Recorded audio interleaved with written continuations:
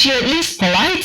Is this your very first cat and you've never been to a vet? You have a bad experience and you find it hard to trust a new vet and you don't know how to find a good one you will actually feel comfortable with? Or is it just been hard to have your cat be chill during consultation so your cat can actually take a proper look at him? I got you. I will help you find the right vet for you and your cat. Hi, I'm veterinarian Nele de Schrijver and I help cat and dog owners avoid sudden sickness and high medical bills without the long waiting times and stress, and so Dr. Google doesn't give you a heart attack. If you'd like to avoid medical or behavioral problems for your furry friend, be sure to click the subscription button below. Really, it helps a lot, guys. And press the bell button if you'd like to get notified every time I release a new video. Hey, if you're curious about what goes on behind the scenes in our practice, be sure to follow us on Instagram and you can see all that's going on there. When it comes to finding a good veterinarian, you obviously want someone who knows her stuff, but that's not all that's important. Let me help you with the most important things to think about when it comes to finding the right vet for you and your cat so you can avoid the bad ones.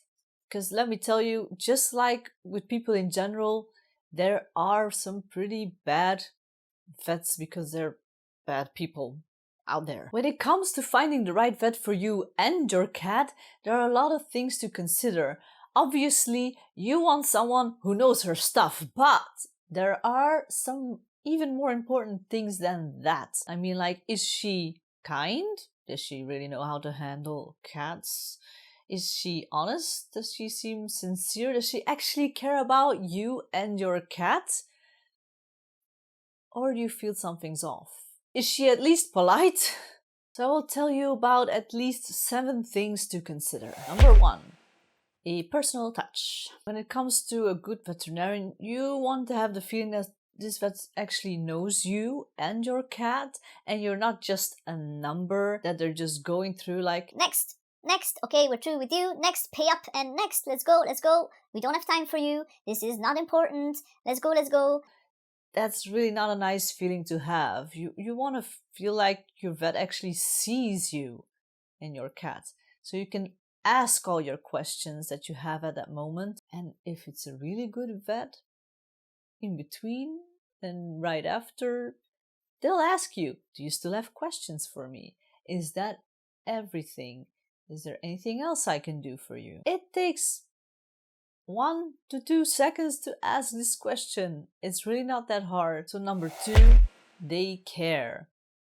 You feel like they actually care about you, your situation, your pets. It's very important that you feel like your vet is actually listening to you and takes their time to listen to you. So I would think it very important, just like we do in our practice, to take at least half an hour per consultation, unless it's a quick checkup from a previous consultation. Number 3, you know your vet.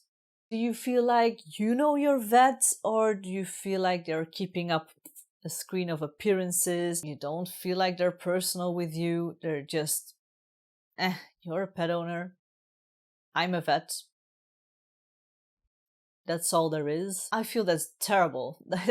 I really feel like people know me as a vet, so I would look for that in your vet. Is this a personal person, as I might call it? Is this a person you actually like? Is the personality something you like? Do you feel welcome? Do you feel warm and fuzzy, I would say? Do you like your veterinarian? It's important. Is this personality fitting with your personality, or does it clash all the time? You might have to find another vet if it does. Like if you're always arguing and your vet is not listening to you, your vet might be very right over what you're thinking, but you need to find a common ground to help your cat. Number 4, more on honesty. This is about your vet in particular. Your vet obviously has to know enough, and especially what you're coming for. If it's for a cat, you want the vet to at least be good at handling cats and be nice to cats and not be afraid of cats. There are actually vets who are afraid of cats. You might be surprised, but do they also admit when something goes beyond their skill level or beyond their knowledge. I find this more important than they're just pretending to know everything. That is very wrong. Very wrong. That's the same with non-successful people. They think they know everything. Nobody knows everything. If you think you do, you'll never learn a thing again. It's just a little wisdom for you. Nothing to do with this video. Yes, so let's go back to it. I find it very important that the vet refers you to a specialist or another vet that they knows this stuff that they don't know as much of on time. So, and sometimes too soon. It's possible, but it's better too soon than too late. And it happens. It does. Pets are not robots. We are not robots. We are human. We are not gods.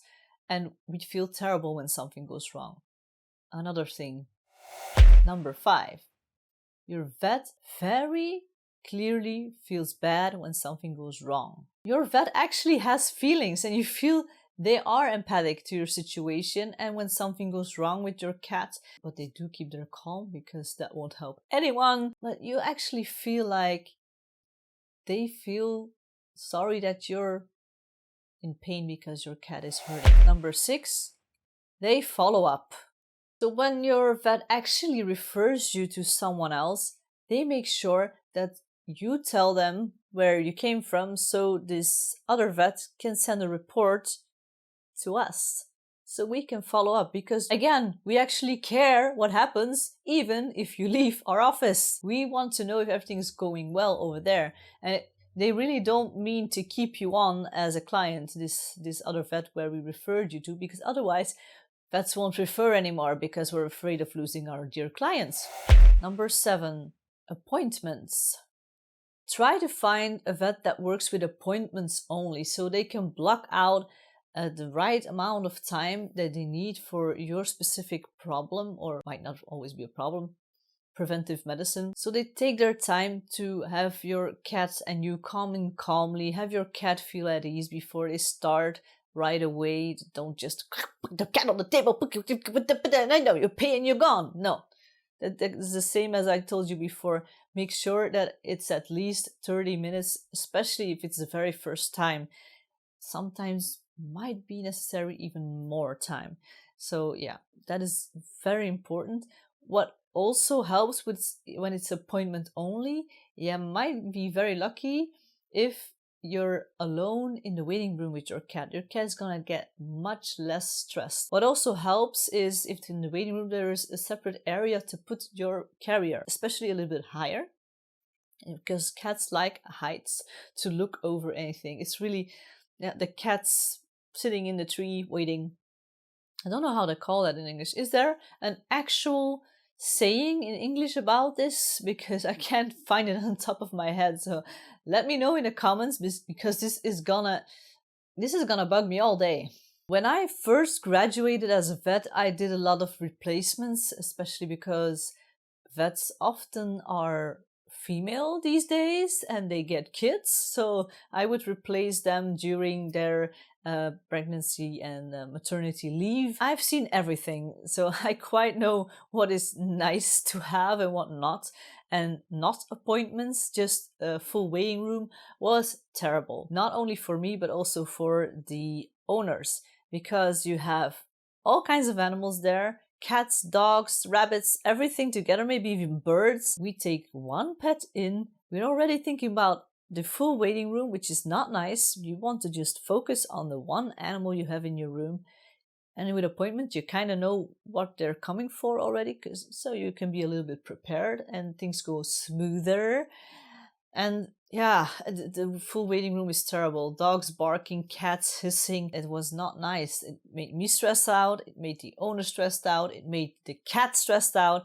And a stressed out cat is not easy to handle. So when I first started my practice, I made it on appointment only. I couldn't care less that I was not getting new clients in fast at the beginning. I was not gonna change what I thought was the magic formula. I just waited, and so the cats were so much more relaxed during consultation, and that's what I love. So that's one of the most important things when you're looking for a cat-friendly practice, which is my next point. Number 8, Find a cat-friendly clinic. If you have a cat, at least give him the kindness of finding a cat-friendly practice or clinic. There is an actual organization who gives out these labels, the cat-friendly clinic labels or certification, and you can look up their website. I'm gonna put it right here somewhere,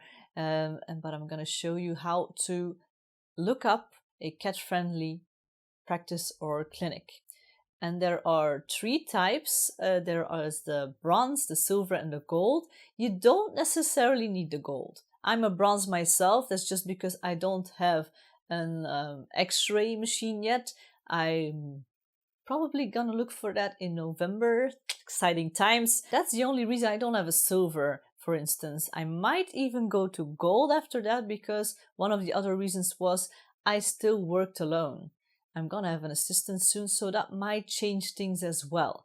So maybe I'll go from bronze straight to gold. That'd be awesome. You actually need to have quite a lot in place to have the bronze label. So don't stare blindly on you want a gold label. At least find a bronze one. That's the least you can do for your cat. And then last but not least, trust your gut feeling, honestly, and take a good notice of how your cat is reacting to the vet. Now, there are cats that react bad to vets always, but there are some things you can do in preparation to go to your vet as well. If you're interested in that, let me know in the comments below, so I know that I need to make that video as well. Yeah, trust your gut feeling. You will know what's right, but at least with the tips I gave you before, you know what to look for. So I hope this video helped. If you've had any value from it, please give it a like, give it a nice comment. And with that being said, let's keep your furry friends happy and healthy together, and I will see you in the next video.